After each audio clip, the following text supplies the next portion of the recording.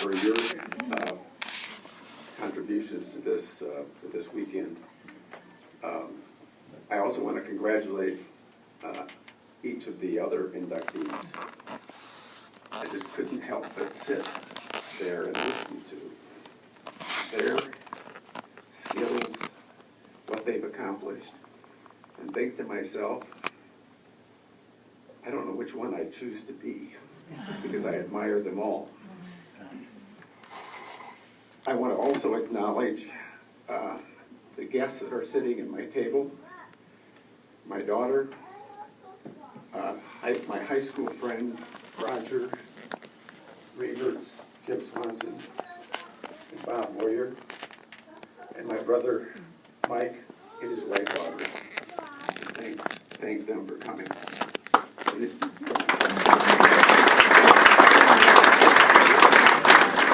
And in particular, my friend Bob, who has lived in Japan for 25 years, who nominated me, and Jeff called him my publicist because it's such a great job that he did. As Evan described, I also want to acknowledge my wife Nancy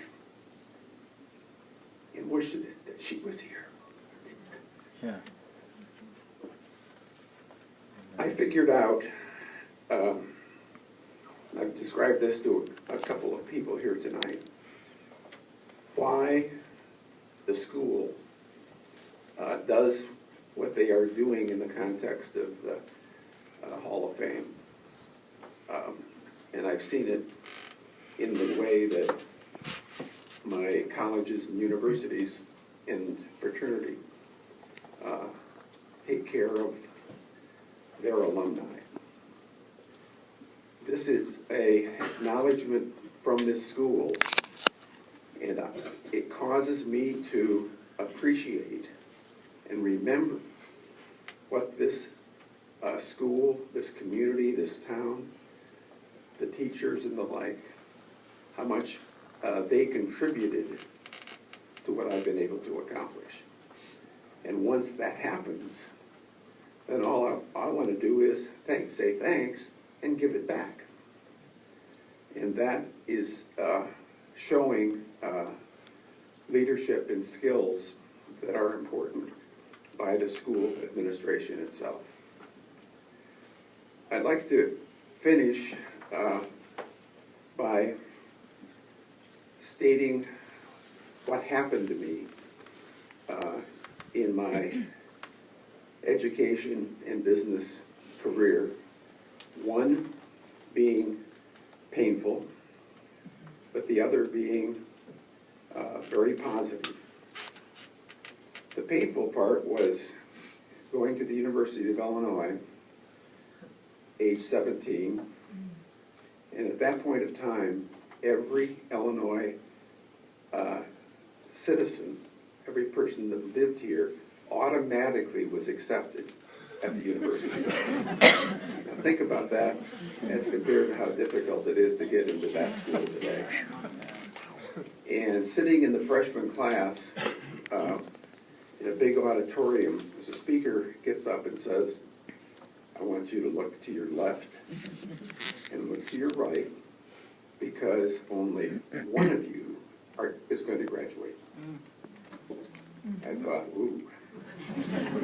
And silently I said to myself, I don't know about you two, but one of those is going to be me.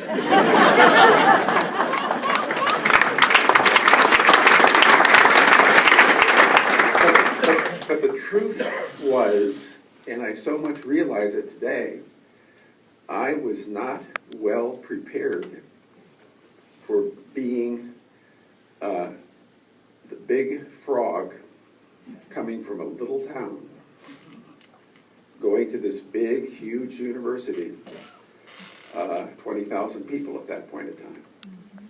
And one of the reasons that was true was, while our English teacher, Mr. Sunderland, was a wonderful drama person, put on plays and took us to speech contests. I never wrote one essay in high school.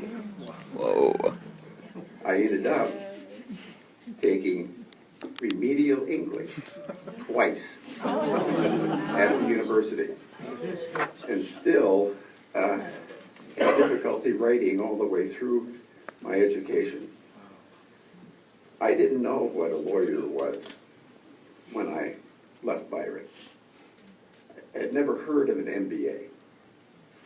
And I learned about all these things, but I also learned that I wasn't as well prepared to compete in the educational systems and in business. And what that meant was I had to work harder. That's the way I reacted to that. And that's what I did. And I went to a lot of school. And I worked at companies and gained experience. And finally, I was fortunate enough with another person to start a company in maritime container leasing, built it for 23 years, and sold it. And finally, I said, I made it. But it was a painful, hard experience for me. On the positive side, I was at the commencement in Cambridge when my younger daughter, my older daughter Julie is here with me tonight. My younger daughter was getting her MBA from Harvard. And I heard 3 commencement speakers speak at the Harvard College graduation. One was classic, gave his commencement address in 4 different languages, one of them being Latin.